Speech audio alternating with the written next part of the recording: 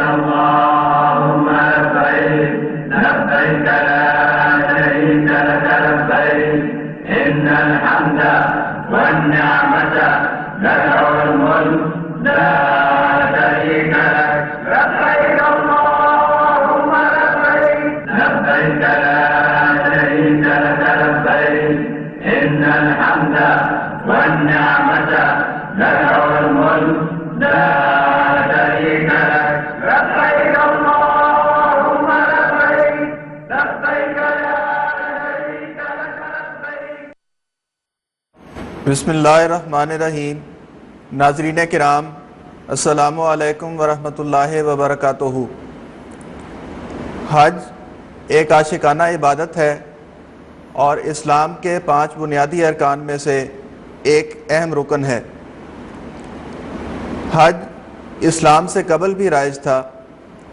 قرآن کریم کے بیان کردہ اسلوب کے مطابق حج کا آغاز حضرت ابراہیم علیہ السلام سے ہوا، جیسا کہ اللہ تعالیٰ حضرت ابراہیم علیہ السلام کو قرآن کریم میں مخاطب کر کے فرماتا ہے: اعوذ باللہ من الشیطان الرجیم، بسم اللہ الرحمن الرحیم، وَأَذِّن فِي النَّاسِ بِالْحَجِّ يَأْتُوكَ رِجَالًا وَعَلَىٰ كُلِّ ضَامِرٍ يَأْتِينَ مِنْ كُلِّ فَجٍّ عَمِيقٍ.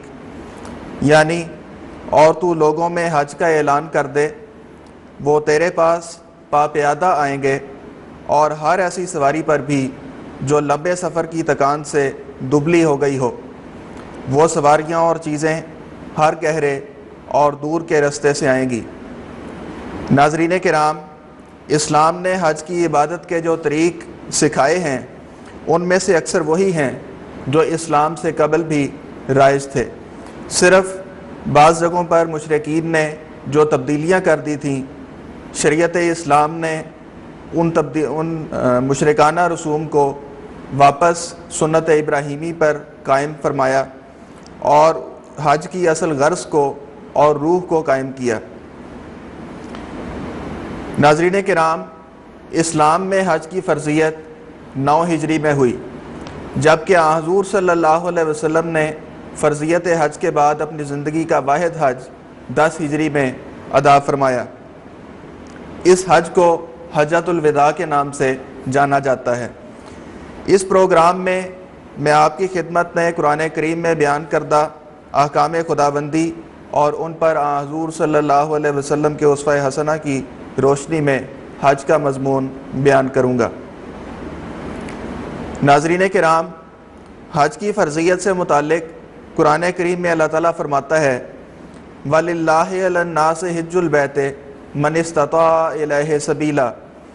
یعنی اور لوگوں پر اللہ کا حق ہے کہ وہ اس کے گھر کا حج کریں، یعنی جو بھی اس گھر تک جانے کی استطاعت رکھتا ہو.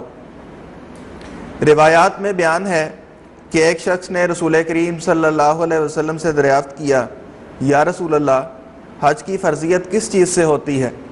حضور صلی اللہ علیہ وسلم نے فرمایا کہ زادِ راہ اور سواری کے ذریعے سے. اسی طرح ایک روایت میں ذکر ہے کہ حضور صلی اللہ علیہ وسلم نے لوگوں سے مخاطب ہو کے فرمایا کہ تم پر اللہ کا حق ہے کہ حج کا فریضہ ادا کرو. ایک شخص نے عرض کیا کہ اے اللہ کے رسول، کیا یہ فریضہ ہر سال ہم پر ہے؟ حضور صلی اللہ علیہ وسلم خاموش رہے. روایت میں بیان ہے کہ صحابی نے حضور صلی اللہ علیہ وسلم سے 3 مرتبہ یہی سوال کیا. حضور صلی اللہ علیہ وسلم نے فرمایا کہ اگر میں ہاں کہہ دیتا تو یہ بات تم پر فرض ہو جاتی، اور اگر یہ فرض ہو جاتی تو پھر تم اس کی ادائیگی کی استطاعت نہ رکھتے. تو فرمایا کہ غیر ضروری سوالات نہ پوچھا کرو، جتنی بات کا حکم دیا جائے اس کی اطاعت کیا کرو، اور جس بات کو بیان نہ کیا جائے سوالات پوچھ کر خام خواہ اس میں الجھا نہ کرو. ناظرین کرام، قرآن کریم سے معلوم ہوتا ہے کہ حج کے بنیادی اعمال میں سے ایک احرام باندھنا بھی ہے. نیز یہ بھی معلوم ہوتا ہے کہ احرام باندھنے کے بعد ایک حاجی پر کچھ پابندیاں بھی عائد ہوتی ہیں. اللہ تعالیٰ اس کا ذکر قرآن کریم میں ان الفاظ میں فرماتا ہے: یا ایھا الذین آمنوا لا تقتلوا الصید وَأَنْتُمْ حُرُمٌ، یعنی اے ایماندارو تم احرام کی حالت میں شکار نہ کیا کرو۔ اسی طرح ایک جگہ فرمایا وَحُرِّمَ عَلَيْكُمْ صَيْدُ الْبَرِّ مَا دُمْتُمْ حُرُمًا، یعنی جب تک تم احرام کی حالت میں ہو اس وقت تک خشکی کا شکار تم پر حرام کیا گیا ہے۔ رسول کریم صلی اللہ علیہ وسلم نے اس ارشاد خداوندی پر عمل کرتے ہوئے حج کی غرض سے ذوالحلیفہ سے احرام باندھا تھا۔ اللہ تعالیٰ نے حج کا نقطہ مرکزی خانہ کعبہ یعنی بیت اللہ کو قرار دیا ہے۔ قرآن کریم میں اللہ تعالیٰ فرماتا ہے وَلِلَّهِ عَلَى النَّاسِ حِجُّ الْبَيْتِ مَنِ اسْتَطَاعَ إِلَيْهِ سَبِيلًا، یعنی اور لوگوں پر اللہ کا حق ہے کہ وہ اس کے گھر کا حج کریں، یعنی جو بھی اس گھر تک پہنچنے کی استطاعت رکھتا ہو۔ حضور صلی اللہ علیہ وسلم نے حجۃ الوداع کے دوران اپنے حج کا آغاز بھی طواف کعبہ سے فرمایا اور اپنے حج کا اختتام بھی طواف کعبہ سے ہی کیا۔ اللہ تعالیٰ قرآن کریم میں طواف کعبہ کے بارے میں ارشاد فرماتا ہے وَلْيَطَّوَّفُوا بِالْبَيْتِ الْعَتِيقِ، یعنی اور چاہیے کہ وہ اس قدیم گھر کا طواف کیا کریں۔ حضور صلی اللہ علیہ وسلم نے اس ارشاد خداوندی کے مطابق عمل کرتے ہوئے اپنے حجۃ الوداع کے دوران 3 مرتبہ خانہ کعبہ کا طواف کیا۔ پہلا طواف حضور صلی اللہ علیہ وسلم نے 4 ذی الحج کو کیا، اسے اصطلاح میں طواف قدوم کہا جاتا ہے۔ دوسرا طواف 10 ذی الحج کو ادا کیا اور یہ اصطلاح میں طواف زیارت یا طواف افاضہ کہلاتا ہے۔ تیسرا طواف حضور صلی اللہ علیہ وسلم نے واپسی پہ 14 ذی الحج کو فرمایا اور اسے طواف وداع کہا جاتا ہے۔ ناظرین کرام، قرآن کریم میں اللہ تعالیٰ مقام ابراہیم سے متعلق فرماتا ہے وَاتَّخِذُوا مِن مَقَامِ إِبْرَاهِيمَ مُصَلًّى، یعنی ابراہیم کے مقام میں سے نماز کی جگہ پکڑو۔ قرآن کریم کی اس آیت کی تلاوت حضور صلی اللہ علیہ وسلم نے طواف کعبہ کے دوران فرمائی اور آپ نے اس کے بعد 2 رکعت نماز ادا کی مقام ابراہیم پر تشریف لا کے، اور اس جو نماز تھی 2 رکعت، اس میں آپ نے سورۃ فاتحہ کے بعد پہلی رکعت میں سورۃ الکافرون کی تلاوت کی، جبکہ دوسری رکعت میں سورۃ الاخلاص کی تلاوت فرمائی۔ قرآن کریم میں اللہ تعالیٰ فرماتا ہے ان الصفا والمروۃ من شعائر اللہ فمن حج البیت او اعتمر فلا جناح علیہ ان یطوف بہما، یعنی یقیناً صفا اور مروہ شعائر اللہ میں سے ہیں، پس جو کوئی بھی اس بیت کا حج کرے یا عمرہ کرے تو اس پر کوئی گناہ نہیں کہ وہ ان دونوں کا بھی طواف یعنی سعی کرے۔ حضور صلی اللہ علیہ وسلم حجۃ الوداع کے دوران طواف کعبہ اور نوافل کی ادائیگی کے بعد جب صفا کے قریب پہنچے تو آپ نے اس آیت کی تلاوت فرمائی اور فرمایا کہ جس سے اللہ نے ابتدا کی ہے میں بھی اسی سے ابتدا کرتا ہوں۔ یہ ارشاد فرمانے کے بعد آپ صفا کی طرف تشریف لے گئے اور اس پر چڑھنا شروع کیا۔ بیت اللہ کو دیکھتے ہی منہ اس کی طرف کیا، اللہ کی توحید بیان کی، پھر اس کی تکبیر، تحمید اور تحلیل بیان کی، اور پھر یہ کلمات کہے اللہ کے سوا کوئی عبادت کے لائق نہیں، وہ اکیلا ہے، اس کا کوئی شریک نہیں، اسی کے لیے بادشاہی ہے اور اسی کے لیے حمد ہے، اور ہر چیز پر وہ پوری طرح قدرت رکھنے والا ہے۔ اور فرمایا کہ اس نے اپنا وعدہ پورا کر دیا، اپنے بندے کو کامیاب کیا اور اکیلے نے سب جماعتوں کو مغلوب کر دیا۔ پھر آپ نے دعا کی اور ان کلمات کو 3 مرتبہ دہرایا۔ اس کے بعد اتر کر آپ مروہ کی طرف تشریف لے گئے۔ جب وادی کے درمیان میں پہنچے تو آپ نے دوڑنا شروع کیا۔ جب آپ کے سامنے چڑھائی آئی تو آپ تیز چلنے لگے۔ مروہ پر جب حضور صلی اللہ علیہ وسلم تشریف لے گئے تو وہاں پر بھی آپ نے وہی اعمال ادا کیے جو آپ نے صفا پر کیے تھے۔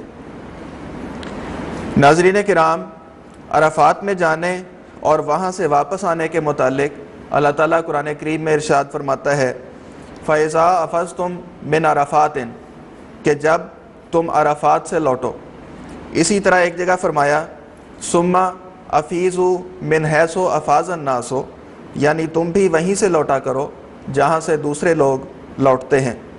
حضور صلی اللہ علیہ وسلم نے حجۃ الوداع میں اس ارشاد خداوندی پر عمل فرمایا. آپ 9 ذی الحج کو منا سے عرفات کے لیے روانہ ہوئے. آپ کے ارشاد پر نمرہ میں آپ کے لیے بالوں کا خیمہ لگایا گیا. جب آپ منا سے روانہ ہوئے تو قریش کو اس بات کا یقین تھا کہ آپ مشعر حرام پر ٹھہر جائیں گے جیسا کہ قریش جاہلیت میں کیا کرتے تھے. لیکن حضور صلی اللہ علیہ وسلم مشعر حرام پر ٹھہرنے کی بجائے عرفات تشریف لے گئے. آپ نے عرفات میں قیام فرمایا اور سورج کے زوال کے بعد آپ نے ارشاد فرمایا کہ آپ کی اونٹنی کو تیار کیا جائے. اس اونٹنی پر سوار ہو کر آپ وادی میں تشریف لے گئے اور وہاں آپ نے خطبہ حجۃ الوداع ارشاد فرمایا. اس خطبے کے بعد حضور صلی اللہ علیہ وسلم نے نماز ظہر اور عصر عرفات کے میدان میں ہی ادا کی. پھر آپ کچھ دیر وہاں پر وقوف فرما رہے. آپ نے ارشاد فرمایا کہ جو مزدلفہ کی رات عرفات میں پہنچ جائے تو اس کا حج مکمل ہو گیا. آپ 9 ذی الحج کو غروب آفتاب تک عرفات میں قیام پذیر رہے. اس کے بعد آپ وہاں سے واپسی کے لیے روانہ ہوئے اور مزدلفہ میں تشریف لے آئے. پھر قرآن کریم میں اللہ تعالیٰ نے مشعر حرام پر ذکر الہی کرنے کا ارشاد ان الفاظ میں فرمایا ہے فَإِذَا أَفَضْتُم مِّنْ عَرَفَاتٍ فَاذْكُرُوا اللَّهَ عِندَ الْمَشْعَرِ الْحَرَامِ یعنی جب تم عرفات سے لوٹو تو مشعر حرام کے پاس اللہ کا ذکر کیا کرو. حضور صلی اللہ علیہ وسلم اس ارشاد خداوندی کے مطابق 10 ذی الحج کی صبح کو قصواء پر سوار ہو کر مشعر حرام پر چڑھ گئے. وہاں قبلہ رخ ہو کر دعا کی, اللہ کی حمد بیان کی, اس کی تکبیر بیان کی اور اس کی توحید کے کلمات بیان کیے. آپ وہاں وقوف فرما رہے یہاں تک کہ روشنی نمایاں ہو گئی. ناظرین کرام, اللہ تعالیٰ قرآن کریم میں رمی جمار اور ایام تشریق کا ذکر کرتے ہوئے فرماتا ہے وَاذْكُرُوا اللَّهَ فِي أَيَّامٍ مَّعْدُودَاتٍ فَمَن تَعَجَّلَ فِي يَوْمَيْنِ فَلَا إِثْمَ عَلَيْهِ وَمَن تَأَخَّرَ فَلَا إِثْمَ عَلَيْهِ لِمَنِ اتَّقَىٰ یعنی اور مقررہ دنوں میں اللہ کا ذکر کیا کرو, پھر جو 2 دنوں میں فارغ ہو جائے تو اس پر کوئی گناہ نہیں, اور جو پیچھے رہ جائے اسے بھی کوئی گناہ نہیں جو تقوی اختیار کرے. حضور صلی اللہ علیہ وسلم کا عمل اس حکم خداوندی پر یہ تھا کہ آپ صلی اللہ علیہ وسلم 4 دن منا میں قیام فرما رہے, یعنی 10, 11, 12 اور 13 ذی الحج کو. ان ایام میں آپ نے 3 جمرات پر 70 کنکریاں ماری. پہلے دن 10 ذی الحج کو آپ اس جمرے کے پاس تشریف لائے جو شجرہ کے مقام پر تھا. یہاں آپ نے اس جمرے پہ 7 کنکریاں ماری. اس کے بعد کے دنوں میں یعنی 11, 12 اور 13 ذی الحج کو حضور صلی اللہ علیہ وسلم نے تینوں جمرات پر 7 کنکریاں ماری. اللہ تعالیٰ قرآن کریم میں حاجیوں کو پانی پلانے کا ذکر کرتے ہوئے بیان فرماتا ہے اجعلتم سقایۃ الحاج و عمارۃ المسجد الحرام کمن آمن باللہ والیوم الآخر وجاہد فی سبیل اللہ لا یستوون عند اللہ یعنی کیا تم نے حاجیوں کو پانی پلانا اور مسجد حرام کی دیکھ بھال کرنا ایسا ہی سمجھ رکھا ہے جیسے کوئی اللہ پر ایمان لے آئے اور آخرت کا دن پر بھی اور اللہ کی راہ میں جہاد کرے, وہ اللہ کے نزدیک ہرگز برابر شمار نہیں ہو سکتے. حضور صلی اللہ علیہ وسلم حجۃ الوداع کے دوران زمزم کے چشمے پر بنو عبد المطلب کے پاس تشریف لائے. آپ نے فرمایا اے عبد المطلب پانی نکالو, اگر لوگوں کے تمہارے پانی پلانے کی خدمت پر غالب آنے کا اندیشہ نہ ہوتا تو میں بھی تم لوگوں کے ساتھ پانی نکالتا.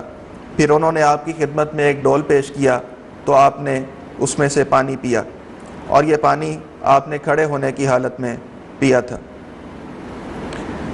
اللہ تعالیٰ قرآن کریم میں حج کے ایام میں 3 امور سے بچنے کی تاکید کرتے ہوئے فرماتا ہے الحج اشہر معلومات فمن فرض فیہن الحج فلا رفث ولا فسوق ولا جدال فی الحج، یعنی حج چند معلوم مہینوں میں ہوتا ہے، پس جس نے ان مہینوں میں حج کا عزم کیا تو حج کے دوران کسی قسم کی شہوانی بات اور بد کرداری اور جھگڑا جائز نہیں ہوگا۔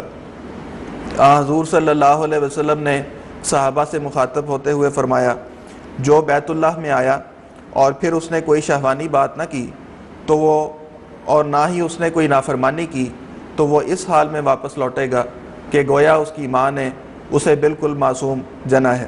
سر کے بال منڈوانے یا کتروانے کے بارے میں قرآن کریم میں بطور پیش گوئی پورا ہونے کے ان الفاظ میں ذکر ہے، فرمایا لقد صدق اللہ رسولہ الرؤیا بالحق لتدخلن المسجد الحرام ان شاء اللہ آمنین محلقین رؤوسکم ومقصرین لا تخافون، یعنی یقیناً اللہ نے اپنے رسول کو اس کی رویا حق کے ساتھ پوری کر دکھائی کہ اگر اللہ چاہے گا تو تم ضرور بھی ضرور مسجد حرام میں امن کی حالت میں داخل ہوگے، اپنے سروں کو منڈواتے ہوئے اور بال کترواتے ہوئے، ایسی حالت میں کہ تم خوف نہیں کرو گے۔ حضور صلی اللہ علیہ وسلم نے 10 ذی الحج کو قربانی کے بعد اپنے سر کے بال منڈوائے اور پھر یہ بال حضور صلی اللہ علیہ وسلم نے اپنے صحابہ میں تقسیم فرما دیے۔ اس موقع پر آپ نے سر منڈوانے والوں کے لیے 3 مرتبہ یہ دعا کی کہ اے اللہ ان پر رحم فرما، اور صحابہ نے جب بار بار یہ درخواست کی کہ اے اللہ کے رسول ان لوگوں کے لیے بھی دعا کریں جنہوں نے سر کے بال کتروائے ہیں، آپ نے 4تھی مرتبہ ان لوگوں کے لیے بھی دعا کی اے اللہ ان لوگوں پر بھی رحم فرما جنہوں نے اپنے سر کے بال کتروائے ہیں۔ پھر قربانی سے متعلق قرآن کریم کی مختلف آیات میں مختلف پیرایوں میں ہدایات بیان کی گئی ہیں۔ مثلا ایک جگہ اللہ تعالیٰ فرماتا ہے لَكُمْ فِيهَا مَنَافِعُ إِلَىٰ أَجَلٍ مُّسَمًّى ثُمَّ مَحِلُّهَا إِلَى الْبَيْتِ الْعَتِيقِ، یعنی تمہارے لیے ان قربانی کے مویشیوں میں ایک مقررہ مدت تک فوائد وابستہ ہیں، پھر انہیں قدیم گھر تک پہنچانا ہے۔ پھر ایک جگہ فرمایا لَن يَنَالَ اللَّهَ لُحُومُهَا وَلَا دِمَاؤُهَا وَلَٰكِن يَنَالُهُ التَّقْوَىٰ مِنكُمْ، یعنی اللہ تک نہ ان کے گوشت پہنچیں گے اور نہ ان کے خون، لیکن تمہارا تقویٰ اس تک پہنچے گا۔ اللہ تعالیٰ قرآن کریم میں قربانی کے گوشت کے استعمال کے بارے میں یہ ہدایات بیان فرماتا ہے وَالْبُدْنَ جَعَلْنَاهَا لَكُم مِّن شَعَائِرِ اللَّهِ لَكُمْ فِيهَا خَيْرٌ فَاذْكُرُوا اسْمَ اللَّهِ عَلَيْهَا صَوَافَّ فَإِذَا وَجَبَتْ جُنُوبُهَا فَكُلُوا مِنْهَا وَأَطْعِمُوا الْقَانِعَ وَالْمُعْتَرَّ، یعنی قربانی کے اونٹ جنہیں ہم نے تمہارے لیے شعائر اللہ میں شامل کر دیا ہے ان میں تمہارے لیے بھلائی ہے، پس ان پر قطار میں کھڑا کر کے اللہ کا نام پڑھو، پس جب ذبح کرنے کے بعد ان کے پہلو زمین سے لگ جائیں تو ان میں سے کھاؤ اور قناعت کرنے والوں کو بھی کھلاؤ اور سوال کرنے والوں کو بھی۔ حضور صلی اللہ علیہ وسلم نے حجۃ الوداع کے موقع پر 100 اونٹوں کی قربانی پیش کی، ان میں سے خود بھی کھایا، اور حضرت علی رضی اللہ عنہ بیان کرتے ہیں کہ حضور صلی اللہ علیہ وسلم کے ارشاد پر میں نے بقیہ گوشت لوگوں میں تقسیم کر دیا۔ حضور صلی اللہ علیہ وسلم نے اپنے خطبہ حجۃ الوداع میں ارشاد فرمایا کہ اے لوگو، ہر گھر پر ہر سال بقر عید کی قربانی ہے۔ ناظرین کرام، یہ وہ باتیں تھیں جو قرآن کریم نے حج سے متعلق بیان فرمائی، اور روایات میں باقاعدہ حضور صلی اللہ علیہ وسلم کا اسوہ ان باتوں پر ملتا ہے جن کا بیان میں نے آپ کے سامنے عرض کیا ہے۔ اللہ تعالی ہم سب کو اس بات کی توفیق عطا فرمائے کہ ہم اللہ تعالیٰ کے احکام کے مطابق اور حضور صلی اللہ علیہ وسلم کے اسوہ کے مطابق اپنے حج کے مناسک ادا کرنے والے ہوں۔ السلام علیکم ورحمۃ اللہ وبرکاتہ۔ لبيك اللهم لبيك لبيك لا شريك لك لبيك إن الحمد والنعمة لك والملك لا شريك لك لبيك اللهم لبيك لا شريك لك لبيك إن الحمد والنعمة